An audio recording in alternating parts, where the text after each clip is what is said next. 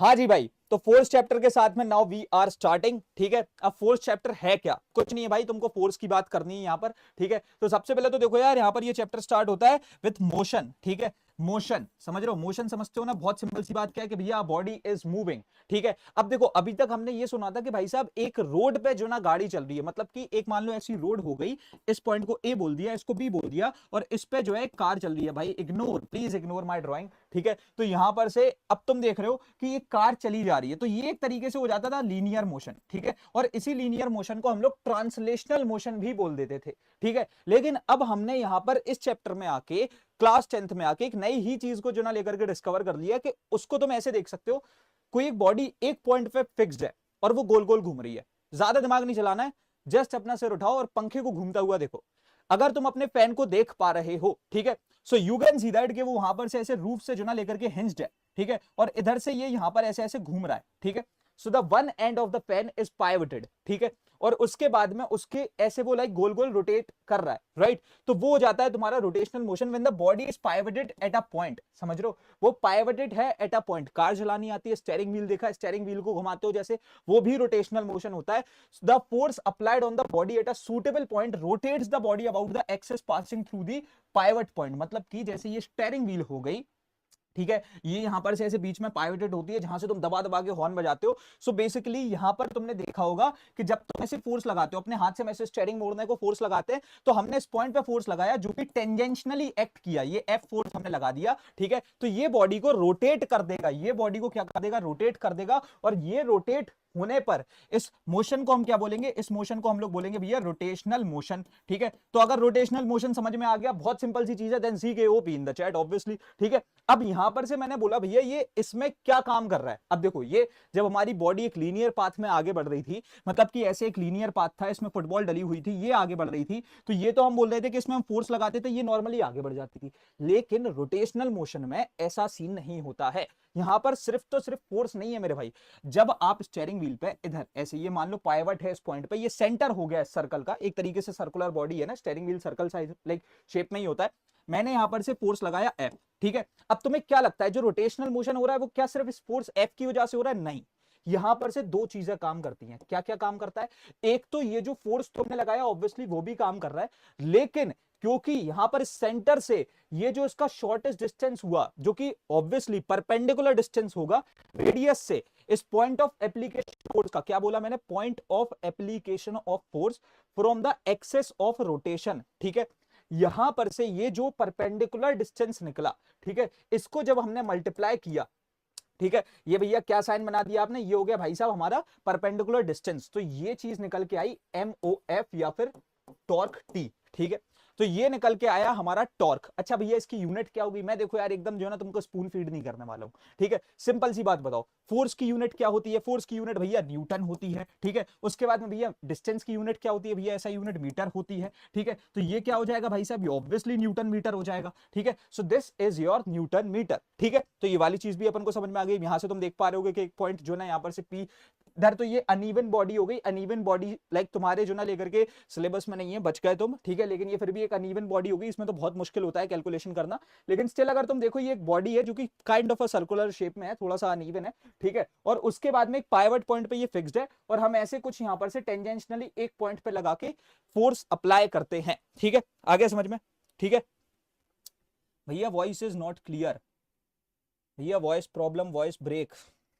अच्छा, आवाज ढंग से नहीं आ रही है? क्या हो गया भाई, माइक एरर कर रहा है क्या? एक सेकंड दे दो मुझे, एक सेकंड, एक सेकंड रुक जाओ, let me check it once. क्योंकि मुझे पता है ना भाई, कुछ बच्चे फालतू भी लिखते हैं, तो मैं एक बार खुद से भी चेक करूंगा। सिर्फ अपना, क्योंकि कुछ बच्चे बोल रहे सही है, क्लियर है, स्मूथ है। देखो मैं आपको एक चीज बता दूं बॉस, टाइम वेस्ट नहीं करना है बिल्कुल भी। टाइम वेस्ट करने पे अगर उतर आओगे तो तुम्हारा ये सेशन फिर 4 घंटे से ऑटोमेटिकली 8 घंटे का हो जाएगा। समझ रहे हो? तो मेरे लिए तो और मुश्किल है भाई कि मैं एकदम जो ना लगा रहा हूँ, बस बोलता रहूँ, बस बोलता रहूँ। ठीक है, चीनू एसी ऑन कर दो यार। ठीक है, तो मेरे लिए तो और डबल मुश्किल है, लेकिन स्टिल मेरे लिए तो और डबल मुश्किल है। एकदम क्लियर आवाज है भाई। वो एकदम से पीछे ऐसे टक टक आवाज आ रही होती, वो थोड़ी आएगी भाई, ये माइक में थोड़ी सी तो प्रॉब्लम है, I know that, but again ऐसी कोई प्रॉब्लम नहीं है, आवाज एकदम क्लियर आती है, बस थोड़ा 2-4 सेकंड में टक का साउंड आता है हल्का सा। ठीक है, चलो ठीक है। सर्दियों में एसी चला रहे हो भैया? हाँ यार, पता नहीं भाई, मुझे बहुत गर्मी लगती है यार, या फिर ये कह लो मैं अभी 1 हफ्ते -30 में रह के आ गया ना, तो मुझे और ज्यादा ही गर्मी लगने लगी है। हाँ, तो यहाँ पर से the turning effect of the force acting on the body about an axis is due to the movement of force और टॉर्क। ठीक है, ये किस वजह से होता है? ये होता है बेसिकली हमारे टॉर्क की वजह से। ठीक है, और टॉर्क का हमने फॉर्मूला क्या बनाया? बहुत simply, force into perpendicular distance which is newton metre. ठीक है, तो इसकी यूनिट क्या हो गई? Newton metre. ज्यादा दिमाग चलाई नहीं, ठीक है, एकदम जो ना बैल बुद्धियों वाला दिमाग चलाया और न्यूटन मीटर लिख दिया। उसके बाद में अब देखो, अब यहां पर बात ये पूछी जा रही है, टॉर्क किस किस चीज पर डिपेंड करेगा? तो भैया ऑब्वियसली एक तो जो फोर्स अप्लाई कर रहे हो उस पर करेगा, और परपेंडिकुलर डिस्टेंस जितना है उस पर करेगा, क्योंकि भैया दो ही तो चीजें हैं और दोनों से ही डायरेक्टली प्रोपोर्शनल होगा। क्योंकि अगर हम ऐसा लिख रहे हैं कि torque is equal to newton into metre, तो अगर हम चाहे फोर्स बढ़ा दे तो भी टॉर्क बढ़ेगा, और चाहे हम अगर डिस्टेंस बढ़ा दे तो भी हमारा टॉर्क बढ़ेगा। ये तो बहुत ही बेसिक सी चीजें होंगी भैया। उसके बाद में द मूवमेंट ऑफ फोर्स और torque is equal to the product of the magnitude of the force and the perpendicular distance of the line of action of force from the axis of rotation.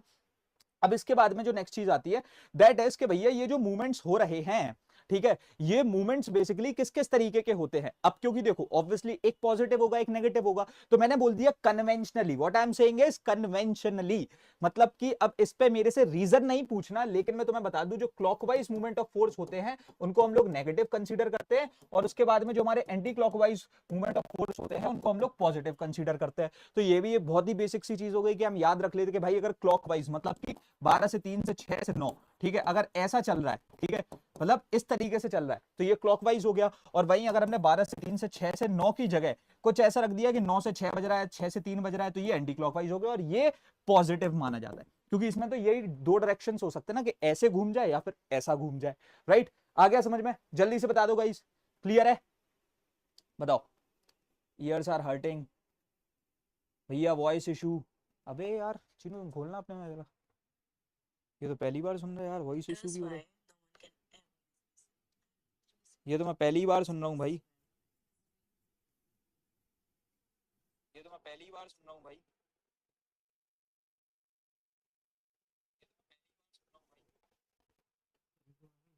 एकदम सही आ रही है यार आवाज तो, एकदम सही आ रही है यार आवाज।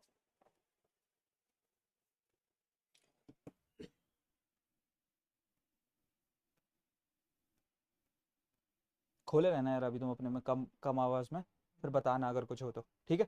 हाँ, तो भाई अभी अपन कैरी फॉरवर्ड करते हैं, अगर कुछ होगा तो चीनू बता देगा, टेंशन नहीं लो, चीनू भैया भी तुम्हारे साथ में है, ठीक है। सो यहाँ पर से अब देखो, conventionally when the turning effect on the body is anti clockwise, वो पॉजिटिव हो गया, और जब क्लॉकवाइज हो गया तो वो नेगेटिव हो गया। अब इसके बाद में ऐसा यूनिट ये बता रहा है, ये न्यूटन मीटर होती है, अपन ने ऑलरेडी निकाल रखी, कोई दिक्कत वाली बात है नहीं। In gravitational units the MKS unit is KGF metre, ठीक है, क्योंकि यहां पर से जब हम लोग फोर्स को कैलकुलेट करते हैं तो वो हम केजीएफ में करते हैं। तो भैया इन यूनिट्स का रिलेशन क्या होगा? और सीजीएस में बोल रहे हैं कि ग्राम फोर्स मीटर होता है, ठीक है, मतलब कि जब हम लोग किसमें ग्रेविटेशनल यूनिट्स में बात कर रहे हैं, लेकिन जो सीजीएस मतलब ग्रेविटेशनल टर्म्स में नहीं, जो सीजीएस ही यूनिट होगी टॉक की, वो तो बिल्कुल ही अलग होगी, वो अभी मैं तुम्हें बताऊंगा, अपन रिलेशनशिप भी देखेंगे उसका। सो बेसिकली सी यहां पर इनसे बोला जा रहा है सबसे पहली चीज तो 1 newton metre is equal to 10⁻7 dyne centimetre. अब इस पे एक बहुत ही प्यार से आईसीएससी तुमसे बार बार सवाल पूछता है, और शायद से इस बार भी आ जाए, और वो सवाल ये होता है कि भैया इनका रिलेशन क्या है? तो मैं बोलूंगा 1 न्यूटन मीटर को क्या बोला गया है? 10⁻7 डाइन सेंटीमीटर बोला गया है। बहुत बढ़िया बात है। अब मैं सबसे पहले तुमसे ये पूछूंगा, मुझे एक बात बताओ, न्यूटन और डाइन, ठीक है, अगर हम लोग यहां पर से इसको फॉर्म करने जाएं, ठीक है, तो हम इसे कैसे खोल सकते हैं? देखो, अब एक न्यूटन है और एक मीटर है, ठीक है, तो कैन आई जस्ट आस्क कि भैया न्यूटन से डाइन जाने के लिए तुम्हें क्या करना पड़ेगा? केजी मीटर पर सेकंड स्क्वायर होता है, ये हो गया न्यूटन, ठीक है, और उसके बाद में ग्राम सेंटीमीटर पर सेकंड स्क्वायर होता है क्या तुम्हारा? जल्दी से बता दो, डाइन, ठीक है, यही होता है ऑब्वियसली भैया, यही होता है। तो भैया 1 केजी में कितने ग्राम होते हैं मेरे लाल? 1000 ग्राम होते हैं भैया, ठीक है, और दैट इज इक्वल टू 10⁻3 ग्राम। उसके बाद में भैया 1 मीटर में कितने सेंटीमीटर होते हैं? 10⁻2 सेंटीमीटर होते हैं। तो ये कलेक्टिवली कितना हो गया? 10⁻5 हो गया। हाँ, तो भैया हमने ये प्रूव कर दिया कि हाँ भैया 1 newton is equal to 10⁻5 dyne, ठीक है। अब उसके बाद में मेरे लाल अगर आप देख पा रहे हो, यहां पर न्यूटन मीटर होता है, उधर पर डाइन सेंटीमीटर होता है, ठीक है, तो ऑब्वियसली मीटर और सेंटीमीटर, 1 मीटर में वी नो दैट कि भैया 10⁻² सेंटीमीटर है। सो ये तो ऑब्वियस सी बात हो गई कि ये क्या हो जाएगा, ये हो जाएगा भैया 1 newton metre is equal to 10⁻7 dyne centimetre. ठीक है, और अगर भैया इनको जो ना लेकर के इनवर्स फॉर्मेट में लिखना हो तो हम ये बोल देंगे कि 1 डाइन सेंटीमीटर किसके बराबर होता है, ये होता है भैया 10⁻⁻7 न्यूटन मीटर के बराबर। सिंपल है, जल्दी से बता दो गाइस। चलो ठीक है, अब कोई प्रॉब्लम नहीं होगी। ठीक, तो ये एक रिलेशन देख लिया अपन ने। अब उसके बाद में दूसरा हमसे बोला जा रहा है कि 1 kgf metre is equal to 9.8 newton metre. तो यहां से हम बहुत सिंपली देख पा रहे हैं कि they are just trying to say that 1 kgf is equal to 9.8 newton and obviously it is, क्योंकि भैया एक बात बता दो, फोर्स होता क्या है, फोर्स भैया बता दो क्या होता है, मास इनटू एक्सेलरेशन। ठीक है, मास इनटू एक्सेलरेशन। मैंने बोला यहां पर से ये कुछ नहीं करते हैं, ये यहां पर जो ना मास में तो केजी रख देते हैं, लेकिन जब ये एक्सेलरेशन रखते हैं तो ये ग्रेविटेशनल एक्सेलरेशन रखते हैं विच इज 9.8 मीटर पर सेकंड स्क्वायर। ठीक है, तो ये कितना निकल के आ जाता है, ये निकल के आ जाता है 9.8 न्यूटन। ठीक है, क्योंकि ये 9.8 आ जाता है ना यहां पर से। उसके बाद में भैया इधर पे हमसे बोला जा रहा है कि 1 gram force metre is equal to 989 centimetre. ठीक है, तो ये भी तुम्हें एक बात बहुत अच्छे तरीके से याद रख लेनी है। अब उसके बाद में for turning a steering wheel, ठीक है, for turning a steering wheel a force is applied tangentially on the rim of the wheel, the sense of the rotation of the wheel is changed by changing the point of application of force without changing the direction of force. तो अब यहां से ये बोलना चाह रहे हैं इस एग्जाम्पल के थ्रू कि आपको जिस तरीके से भी रोटेट कराना है बॉडी को, आप उस ही एक पर्टिकुलर पॉइंट पे, अब ये तो ऑब्वियस सी बात है कि भाई स्टीयरिंग व्हील अगर मुझे इस साइड घुमानी है तो मैं ऐसे फोर्स लगा दूंगा। ठीक है, और अगर मुझे इस साइड घुमानी तो मैं ऐसे फोर्स लगा दूंगा। और अब मैं पॉइंट अगर जिस हिसाब से अब मैं इधर की जगह इधर स्टीयरिंग व्हील पकड़ रहा हूं तो मैं ऐसे घुमा दूंगा चाहे ऐसे घुमा दूंगा, भाई जिस तरीके से मुझे घुमानी है मैं उस जगह पे फोर्स लगा दूंगा। And basically what they are just trying to say is कि मान लो ये एक सर्कुलर बॉडी है, ठीक है, और मैं अब इन सारे एग्जाम्पल से हटके मैं तुमसे पूछ रहा हूं, मैं एक फोर्स ऐसा लगाता हूं तो ये किधर घूमेगी, ये क्लॉकवाइज घूमेगी या एंटी क्लॉकवाइज घूमेगी? बहुत सिंपल सा क्वेश्चन है एकदम, बताओ ये क्लॉकवाइज घूमेगी या फिर एंटी क्लॉकवाइज घूमेगी? अगर मैं फोर्स ऐसे लगा रहा हूं तो ये क्लॉकवाइज घूमेगी या फिर ये एंटी क्लॉकवाइज घूमेगी?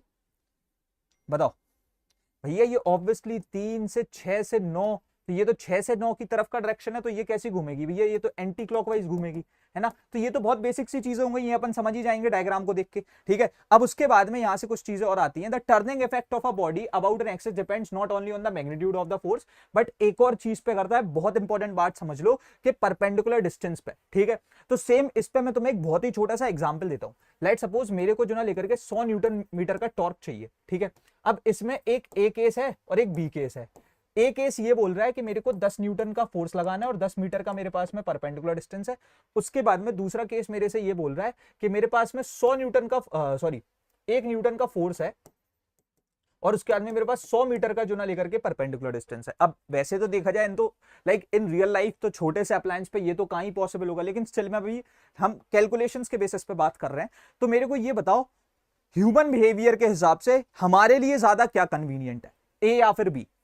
ऑब्वियसली भैया जहां पर हमें कम फोर्स लगाना पड़ रहा हो। अब देखो यहां पर भी this will result in 100 newton metre and यहां पर भी this will result in 100 newton metre, but again यहां पर हमको फोर्स कम लगाना है, क्योंकि जो परपेंडिकुलर डिस्टेंस है वो तो कोई भी मशीन ऑफर कर रही होगी, हमको अपने हाथों से फोर्स लगाना है, राइट। तो बी हमारे लिए ज्यादा कन्वीनियंट है और इधर ही पर ही जो ना लेकर के टॉर्क हमारी हेल्प कर देता है। तभी हम लोग बहुत ज्यादा टॉर्क वाला काम बहुत कम फोर्स में कर लेते हैं, क्योंकि उस जगह पे हम लोग साइमल्टेनियसली जो परपेंडिकुलर डिस्टेंस है उसे बढ़ा देते होंगे। ठीक है, सो यहां पर से अब क्या हो जाता है, single force applied on a pivoted body alone does not cause turning और रोटेशन ऑफ द बॉडी। वो सिर्फ तो सिर्फ एक छोटी सी टर्निंग को प्रोड्यूस कर पाती है।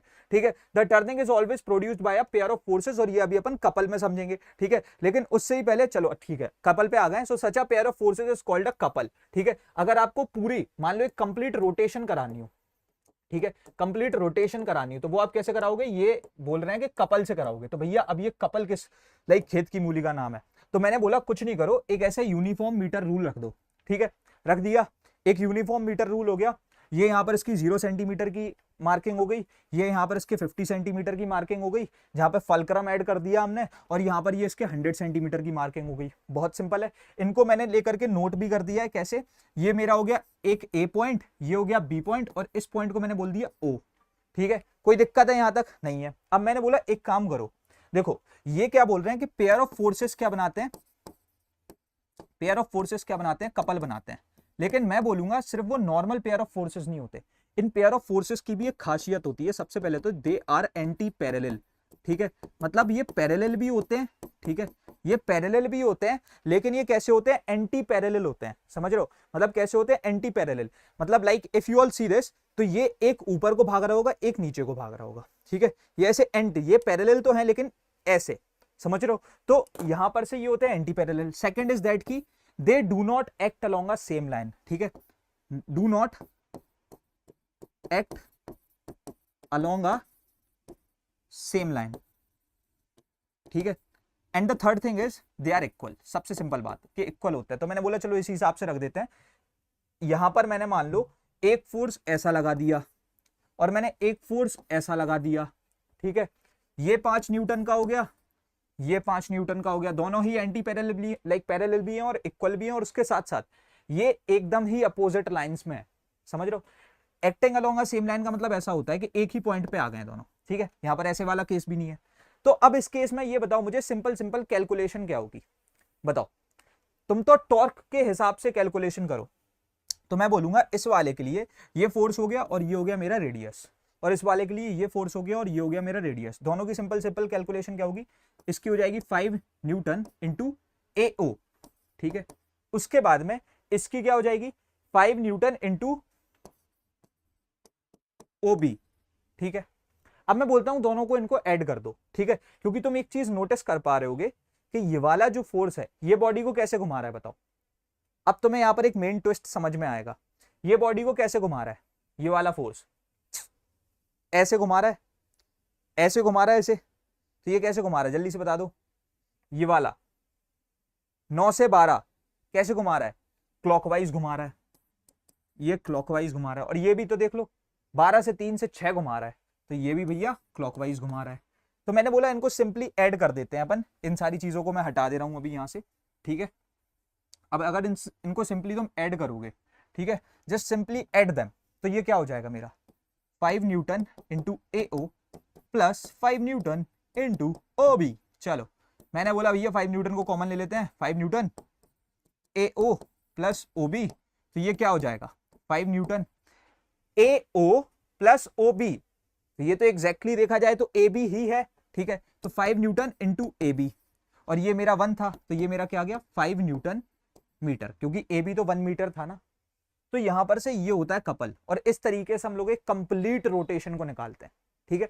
तो कंप्लीट रोटेशन हम कैसे निकालेंगे, कपल के थ्रू, ठीक है। अब फॉर एग्जाम्पल इसके कुछ एग्जाम्पल तुम्हें देखने हो, ठीक है, तो यहां पर से तुम देख सकते हो, जैसे कि ये हो गया, अब जब तुम लॉक खोलते हो तो तुम देख रहे हो जब तुम ऐसे फिंगर्स को घुमाते हो तो एक फोर्स तुम ऐसे लगाते हो और एक फोर्स तुम ऐसे लगाते हो, लेकिन वो एंटी पैरेलल होते हैं, इक्वल होते हैं, और उसके साथ साथ not acting along a same line होते हैं। सेम अगर तुम स्टीयरिंग व्हील को पूरा घुमाना है तुम्हें, तो एक हाथ से तुम ऐसे काटते हो, एक हाथ से तुम ऐसे घुमाते हो, ठीक है। तो यही सारी चीजों से क्या बन जाता है, कपल बन जाता है। अब ये हमने रियल लाइफ में देखा था, लेकिन यहां पर हमने कपल आर्म के थ्रू इसे बहुत अच्छे तरीके से समझ लिया। ये कपल आर्म समझा रहा है, मैंने तुम्हें पहले ही समझा दिया है, ठीक है। अब उसके बाद में यहां पर से आ जाती है नेक्स्ट चीज, इक्विलिब्रियम ऑफ बॉडीज, ठीक है। So now what is equilibrium. अब भैया ये इक्विलिब्रियम क्या हो जाता है, एक बात बताओ, साल भर से तुम्हारे मम्मी पापा तुमसे बोल रहे थे पढ़ दो पढ़ दो पढ़ दो, बताओ बोल रहे थे, साल भर से तुम्हारे मम्मी पापा तुमसे बोल रहे थे कि बेटा पढ़ दो पढ़ दो पढ़ दो, तुमने पढ़ाई करी, तुमने पढ़ाई करी, नहीं, हाँ, ओ हाँ भी लिख रहे हैं, चलो जिनने नहीं करी, जिनने नहीं करी, जिनने नहीं करी, तो वो लोग क्या हुए, जिनने नहीं करी वो हो गए ढीठ, हुए नहीं हुए, है ना, वो तो हो गए ढीठ कि यार उनके मम्मी पापा बोलते भी रहे कि बेटा पढ़ो पढ़ो पढ़ो पढ़ो पढ़ो पढ़ो, पर उन्हें नहीं पढ़ा बिकॉज दे वर ढीठ। तो सेम एक कोई बॉडी, उस पर आप चाहे जितने जो ना लेकर के फोर्सेस लगा लो, अगर वो ना मूव कर रही है, और अगर मूव कर रही है तो करती रह रही है, रुक ही नहीं रही है, वो हो जाता है उस बॉडी का इक्विलिब्रियम में होना। मतलब कि इक्विलिब्रियम का सिंपल सिंपल सा मतलब क्या हो गया, यू आर ढीठ, सिंपल सिंपल सी बात है कि आप ढीठ हो, ठीक है। अब यहां पर से when several bodies acting on a body, like sorry when several bodies acting on a body, sorry भाई, नहीं ये सब नहीं करना है, several bodies acting on a body नहीं करना है, हाँ, so when several forces acting on a body, produces no change in its state of rest और ऑफ मोशन, ठीक है, then the body is set to be in equilibrium. मतलब कि चाहे जितने फोर्सेस लगा लो, चाहे जितने मूवमेंट ऑफ फोर्सेस लगा लो, बॉडी जो है अगर वो रेस्ट में है तो वो रेस्ट में बनी रहेगी, और अगर वो मोशन में है तो वो मोशन में बनी रहेगी, ठीक है। तो वो चीज समझ रहे हो क्या हो जाती है, बॉडी का इक्विलिब्रियम में होना। So when a body remains in the state of rest तो उसको हम लोग बोल देते हैं स्टैटिक इक्विलिब्रियम, ठीक है। और अगर बॉडी जो है लेकर के हमारे एक तरीके से मोशन में ही बनी रह रही है, तुम साला फोर्स लगाए जा रहे हो, ब्रेक लगाए जा रहे हो, ब्रेक लग नहीं रहा है, समझ रहे हो, वो तो घलना ही है कहीं जाके अब, तो वो जाता है बॉडी का कौन सा मोशन, यूनिफॉर्म मोशन। मेरे भाई स्पीड नहीं कर रही ना, तुम तो क्या ही समझ रहे थे। हाँ, तो वो हो जाता है डायनेमिक इक्विलिब्रियम, ठीक है। सो अब इस दोनों को ही जो ना अपन को अच्छे तरीके से समझना पड़ेगा। सबसे पहले तो देख लो, स्टैटिक किसके लिए हो गया कि जब बॉडी रेस्ट में है और चाहे जितने फोर्सेस लगाने के बाद में वो रेस्ट में बनी रह रही है, और डायनेमिक कब हो जाएगा, जब बॉडी मोशन में है और चाहे जितने फोर्सेस लगाने के बाद में वो मोशन में बनी रह रही है, ठीक है। समझ गए, सिंपल है गाइस, सिंपल है या फिर नहीं है, अरे बहुत सिंपल है यार ऑब्वियसली, ठीक है। तो यहां पर से मैं बोलूंगा आप सबसे पहले तो भैया कंडीशन क्या है इक्विलिब्रियम की, भाई कोई कंडीशन नहीं है, सिंपल सी बात यह है कि दो चीजों में बात होती है, एक होते हैं फोर्सेस, ठीक है, और एक होते हैं मूवमेंट ऑफ फोर्सेस, ठीक है। तो यही दोनों क्या हो जाए, जीरो हो रहे हो, इनका रिजल्टेंट जीरो आ रहा हो, समझ रहे हो। अब ये कैसे हो सकता है भैया, मैंने बोला एक स्क्वायर रख दो ऐसा, ठीक है। एक काम करो, जैसे मान लो ऐसा है कि तुम दो दोस्त हो, ठीक है, फोर्सेस के टर्म में या फिर मूवमेंट ऑफ फोर्सेस दोनों ही के टर्म में समझ सकते हो कि तुम लोग दो दोस्त हो, तुम दोनों को एक ही लड़की जो ना लेकर के पसंद आ चुकी है। अब तुम दोनों इक्वल चाहत के साथ में जो ना उसे पाना चाहते हो, मतलब तो वो लड़की तो कंफ्यूज है ना कि इसके पास जाऊं या इसके पास जाऊं, क्यों, क्योंकि दोनों ही में इक्वल है, राइट। अब इसका सीन तुम ऐसे समझ सकते हो कि जैसे ये एक स्क्वायर रखा हुआ है, ठीक है, किसी ग्रिप से एक लड़का यहां से खींच रहा है, एक लड़का यहां से खींच रहा है, लेकिन गनीमत से 5 न्यूटन से वो खींच रहा है और 5 न्यूटन से ये खींच रहा है, तो कुछ होगा भाई, वो तो यहीं पे बना रहेगा ना, तो वो लड़की किसी की भी नहीं हुई, ठीक है। सो लेट्स कुछ नहीं, हाँ। तो अब यहां पर से नेक्स्ट चीज आ जाती है तुम्हारी क्या कहते हैं, ये तो हमारा हो गया भैया रेस्ट का एग्जांपल, ठीक है, कि बॉडी रेस्ट में है, रेस्ट में बनी रही। अच्छा, डायनेमिक इक्विलिब्रियम में हम क्या करेंगे, तो मैं इसमें बोलूंगा मान लो एक ऐसे ए टू बी पाथ में, ठीक है, एक ट्रक चला जा रहा है, ठीक है, एक क्या है, एक ट्रक चलता हुआ जा रहा है, ठीक है, एक ट्रक जो है वो चलता हुआ चला जा रहा है, ठीक है। अब इसकी जो है स्पीड ही नहीं गिर रही, ये यहां पर भी 5 मीटर पर सेकंड पे था, ये यहां पर भी 5 मीटर पर सेकंड पे है, ये यहां पे भी 5 मीटर पर सेकंड पे है, मतलब थ्रू आउट द मोशन आप कहीं पर पे भी उसकी जो ना इंस्टेंटेनियस स्पीड निकालते हो वो 5 मीटर पर सेकंड निकल के आ रही है। सो विच मींस कि ये तो इसकी एक कांस्टेंट स्पीड टाइप हो गई ना, राइट। तो वो क्या हो गया, डायनेमिक इक्विलिब्रियम में हो गया, समझ गए, वो काय में हो गया, डायनेमिक इक्विलिब्रियम में हो गया, क्योंकि वो क्या पोजेस कर रहा है, that is possessing uniform motion, ठीक है, ठीक है। एक थोड़ा सा वैलिड एग्जांपल भाई, जो अब तुम ये ऑब्वियसली ये तो लिख के आओगे नहीं अपने एग्जाम में कि भैया ने बताया था एक लड़की थी, हम दो दोस्त थे, हम दोनों से जो ना इक्वल फोर्सेस से खींच रहे थे, वो किसी के पास नहीं गई, हम दोनों का कट गया। अब ये तो लिख के आओगे नहीं, तो भाई साहब स्टैटिक के लिए जो ना लेकर के तुम ऐसे समझ सकते हो कि एक टेबल है, ठीक है, उस पर एक बुक रखी हुई है, अब बुक का कुछ वेट है, वो ऐसे डाउनवर्ड्स डब्ल्यू एक्ट कर रहा है, तो यहां पर से अगर तुम देखो तो इसका एक जो ना लेकर के नॉर्मल रिएक्शन फोर्स भी लग रहा होगा, क्या लग रहा होगा, नॉर्मल रिएक्शन फोर्स भी लग रहा होगा, ठीक है, आ गया समझ में, ठीक है, ओके। सो इसकी वजह से क्या हो रहा होगा, जो रिजल्टेंट फोर्स है वो जीरो, और जो बुक है वो रखी हुई है, so a book is kept on a table, और वो रखी रहती है, वो उसका वेट लगने के बाद में भी, क्योंकि टेबल एक नॉर्मल रिएक्शन फोर्स लगा दे रही है, वो नहीं हिलती है, ठीक है। अब उसके बाद में एक नया ही कॉन्सेप्ट आ जाता है, प्रिंसिपल ऑफ मूवमेंट्स। अब ये क्या चीज है भैया, ये क्या बला है, मैं बोलूंगा प्रिंसिपल ऑफ मूवमेंट्स कुछ भी नहीं है, ठीक है, मतलब कुछ तो है ही obviously. So if the algebraic sum of moments of all the forces acting on the body about the axis of rotation is equal to 0, then the body is said to be in equilibrium। मतलब कि कुल मिला के इनने बोला सारी बातों को साइड में रखो, मेन चीज को पकड़ो, कि अगर मान लो, क्योंकि हमने फोर्सेस वाले एग्जांपल में तो देख लिया था, लेकिन मैंने बोल दिया कि कोई भी बॉडी पे अगर मान लो बहुत सारे मूवमेंट ऑफ फोर्सेस एक्ट कर रहे हैं, ठीक है, फिर भी बॉडी रोटेट तो ना होवे है, तो फिर यहां पे सीन क्या है, सीन ये है कि अगर आप लोग कलेक्टिव क्लॉकवाइज मूवमेंट्स निकाल दो और कलेक्टिव एंटी क्लॉकवाइज मूवमेंट्स निकाल दो, लेट सपोज ये भी 50 है, 50 न्यूटन मीटर, और ये भी 50 न्यूटन मीटर, तो फिर बॉडी रोटेट क्यों नहीं हो रही, व्हाट डू यू थिंक क्यों नहीं हो रही। मैंने बोला किसी बॉडी पे 50 न्यूटन मीटर क्लॉकवाइज मूवमेंट्स भी हैं और 50 newton metre anti clockwise movements भी हैं, फिर क्यों नहीं हो रही बताओ। Because the resultant is zero. क्यों? क्योंकि हमने अभी तो पढ़ा था ना भाई कि क्लॉकवाइज तो नेगेटिव होता है और एंटी क्लॉकवाइज क्या होता है? That is positive. समझ गए? समझ गए कहानी? ठीक है, तो इस वजह से ये क्या होगा कि यहां पर से भैया कोई भी रोटेशन हमें नहीं मिलता है। अब उसके बाद में हम आ जाते हैं सेंटर ऑफ ग्रेविटी पे। ठीक है, सो सेंटर ऑफ ग्रेविटी ये क्या चीज है भाई? ये बहुत ही फालतू की चीज है। Have you seen Taarak Mehta Ka Ooltah Chashmah? बताओ, have you seen Taarak Mehta Ka Ooltah चश्मा? ठीक है, मैं भाई साहब क्लास 9th तक नहीं समझ पाया, 10th में आगे समझा। तुमने तुमने उसमें देखा होगा बागा को, बाउरी का बागा देखा है?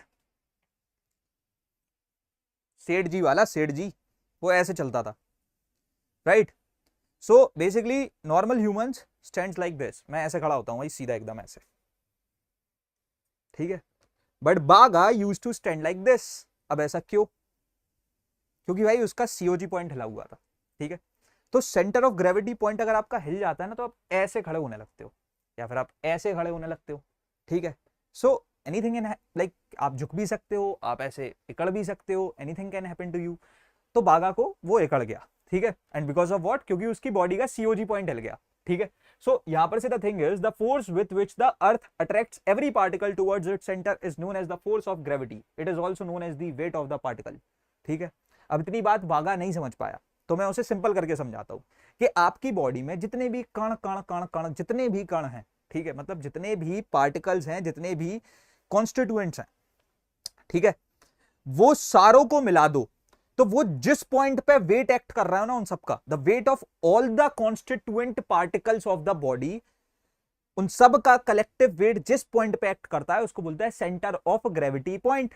ठीक है, अब जैसे तुम देख रहे होगे कि यहां पर इतने सारे पार्टिकल्स हैं, सबका एक एक वेट है, लेकिन वो यहां पर एक्ट कर रहा है जी पॉइंट पे। ठीक है, आ गया समझ में? तो ये हो जाता है सेंटर ऑफ ग्रेविटी पॉइंट, जिसको हम लोग सिंपली रेफर करेंगे COG बोल के। ठीक है, आ गया समझ में? So the magnitude of a single force is equal to the sum of all these parallel forces. Weight W is considered to act at a point G such that the algebraic sum of moments due to weight W of each particle about the point G is 0। तो सारे ही points का जितना भी like particles का wait होगा इस point पे आगे कंसीडर किया जाएगा कि 0 है, लेकिन पूरी बॉडी का वेट इधर पे एक्ट कर रहा होगा। ठीक है, so the point G is called the centre of gravity of the body. ठीक है, अब यहां पर से ये जो centre of gravity CG of a body होता है is the point about which the algebraic sum of movements of weights of all the particles constituting the body is 0। ठीक है, the entire weight of the body can be considered to act at this point. ठीक है, simple है, बताओ, एकदम simple है, simple. It is not necessary that the centre of gravity always lies with in the material of the body. आए, इसका क्या मतलब हुआ कि मतलब भैया किसी भी बॉडी का इट्स नॉट नेसेसरी कि उसका जो सीओजी पॉइंट होगा उसके मटेरियल के अंदर होगा, बाहर भी हो सकता है। जैसे कि मैंने बोला एक रिंग बना लो, अरे एक रिंग बना लो, ठीक है, आ गया समझ में? अब एक रिंग में यहां पॉइंट रखो एकदम बीच में, अब इस पॉइंट पे एक्ट करेगा ये एकदम इस पॉइंट पे, लेकिन ये तो भैया रिंग तो बीच में से हवा पार हो जाती ना, आर पार, उसमें तो उंगली घुसती है, लेकिन हाँ वो उधर ही पे एक्ट करेगा। ठीक है, अब उसके बाद में आगे बढ़ते हैं। So these are some important like shapes जिनके बारे में तुम्हें याद रखना है, जैसे कि रॉड का जो ना लेकर के मिड पॉइंट ऑफ रॉड पे करता है विद इन द मटेरियल है, सर्कुलर डिस्क का ज्योमेट्रिक सेंटर पे करता है विद इन द मटेरियल है, और क्या कहते हैं सॉलिड स्फेयर का भी जो ना लेकर के ज्योमेट्रिक सेंटर पे करता है विद इन द मटेरियल, लेकिन हॉलो स्फेयर फुटबॉल का भी जो ना ज्योमेट्रिक सेंटर पे करेगा but it is outside the material, क्योंकि फुटबॉल के बीच में हवा भरी हुई लाइक भरी हुई होती है ना मेरे दोस्त। उसके बाद में सॉलिड सिलेंडर का जो ना लेकर के mid point on the axis of the cylinder पे करता है, so with in the material है, लेकिन वहीं अगर हॉलो सिलेंडर हो जाए तो mid point on the axis of the cylinder पे ही करेगा, लेकिन आउटसाइड द मटेरियल करेगा। सर्कुलर रिंग का भी उसमें बीच में ही करता है, ट्रायंगुलर लेमिना का point of intersection of medians पे करता है। ठीक है, तो ये वाली चीज सारी अपन लोग समझ गए। अब आ जाते हैं यूनिफॉर्म सर्कुलर मोशन पे। ये चैप्टर ही खत्म नहीं हो रहा सास का, 12 चैप्टर्स हैं और आज। हाँ, सो uniform circular motion, so when an object moves in a circle it's motion is called circular motion. ठीक है, मतलब कि कोई ऑब्जेक्ट, अब जैसे कि मान लो एक पार्क में है जो कि सर्कुलर शेप में बना हुआ है, और आप इस पार्क में जो ना लेकर के घूमने निकलते हो और आप घूमते हो, तो आप क्या कर रहे हो? आप सर्कुलर मोशन में हो। लेकिन ये यूनिफॉर्म कैसे हो गया? ये यूनिफॉर्म ऐसे हो गया कि अगर मान लो आप इस सर्कल में हर पॉइंट पे आपकी स्पीड की बात कर रहा हूं, वेलोसिटी की नहीं। वेलोसिटी तो भैया वो तो वेक्टर क्वांटिटी होती है, उसमें डायरेक्शन भी होता है। और अच्छा एक बहुत बेसिक सा सवाल देखते हैं भाई कितने आंसर कर पाएंगे, मैंने तो अब खैर बोल ही दिया। पर इन अ सर्कुलर मोशन कहीं पर भी क्या वेलोसिटी कांस्टेंट हो सकती है? बहुत सिंपल सवाल है भाई, दिमाग बिल्कुल यूज नहीं करना है इसमें, हल्का सा भी दिमाग नहीं चलाना है इसमें। बताओ, नहीं हो सकती ऑब्वियसली, बिकॉज द डायरेक्शन वो हर मूवमेंट पे जो ना चेंज होता रहेगा, राइट। तो यहां पर से हम स्पीड के टर्म्स में बात करते हैं, ठीक है। और अगर मान लो स्पीड, अब स्पीड तो कांस्टेंट हो सकती है ना, कि हर जगह 5 मीटर पर सेकंड 5 मीटर पर सेकंड चली हुई आ रही है, तो उसको हम बोल देते हैं uniform circular motion. So when an object moves in a circle it's motion is called circular motion. और अगर वो एक कांस्टेंट स्पीड के साथ चल रहा है, स्पीड देख लो, तो यहां पर से उसको हम बोल देते हैं क्या है कि भैया वो यूनिफॉर्म सर्कुलर मोशन में है, ठीक है। आ गया समझ में? अब ये कुछ इस तरीके से हो गया, ठीक है। अब भैया यहां पर से सेंट्रीपिटल और सेंट्रीफ्यूगल फोर्स क्या होता है फिर, ठीक है। सेंट्रीपिटल और सेंट्रीफ्यूगल फोर्स क्या होता है, मैं बोलूंगा सिंपली, ज्यादा दिमाग नहीं लगाओ। सेंट्रीपिटल फोर्स ये बोलता है कि भाई साहब बॉडी जो है ना लेकर के जो फोर्स एक्ट कर रहा है, ठीक है। First of all centripetal force real force होता है, और वो ये बोलता है कि भैया towards the centre, towards the centre जो ना लेकर के वो एक्ट करता है, ठीक है। और दूसरा जो है एक होता है सेंट्रीफ्यूगल फोर्स, ठीक है। सेंट्रीफ्यूगल फोर्स क्या बोलता है कि ये सेंटर से बाहर को, लाइक ये एक तरीके से सेंटर से बाहर को जाता है, ठीक है। तो ये सरकमफेरेंस की साइड को मूव करता है। आ गया समझ में? ठीक है भाई। तो यहां पर से ये हो जाता है, ये बोलता है कि भैया अवे फ्रॉम द सेंटर, ठीक है, अवे फ्रॉम द सेंटर, ठीक है। आ गया समझ में? So if you all see, देखो, the force needed to make an object travel in a circular path is known as the centripetal force, and this is the real force. जो centrifugal force है वो एक imaginary force है, fake force है। So this force is always directed towards the centre, ठीक है। और उसके बाद में in an atom an electron moves around the nucleus, और वो बीच के बीच को अट्रैक्ट होता है, तो वो सेंट्रीपिटल फोर्स होता है। प्लैनेट जो होते हैं वो भी सेंट्रीपिटल फोर्स में है। Forces acting on a body away from the centre of the circular path is called the centrifugal force. और वो कैसे हो सकते हैं? It's not a real force first of all, however it is considered to describe a certain motion and is called a fictitious force, ठीक है, और a virtual force, ठीक। उसके साथ साथ मैं बता दूं, जैसे सेंट्रीपिटल फोर्स का एक तुम रियल लाइफ एग्जांपल ये ले सकते हो कि जब तुम ऐसे मान लो तुम ऐसे जो ना लेकर के एक सर्कुलर पाथ में, ठीक है, या फिर चलो सबसे बेस्ट तुमने ये करा भी होगा, धागा लो, उसके एक एंड पे ऐसे पत्थर बांध लो और ऐसे गोल गोल पत्थर घुमाओ, तुम्हें हर मोमेंट यही लगेगा ये पत्थर आगे मेरी थोपड़े पे घलेगा, समझ रहे हो? और क्योंकि अगर तुम्हें ये ऐसा लग रहा है तो समझ लो वहां पर से हमारा सेंट्रीपिटल फोर्स एक्ट कर रहा है, समझ गए? ठीक है, क्लियर है गाइस? क्लियर? चलो बहुत बढ़िया। अपन ने पहले चैप्टर में थोड़ा सा टाइम लिया, but we are completed with our very first chapter, ठीक है।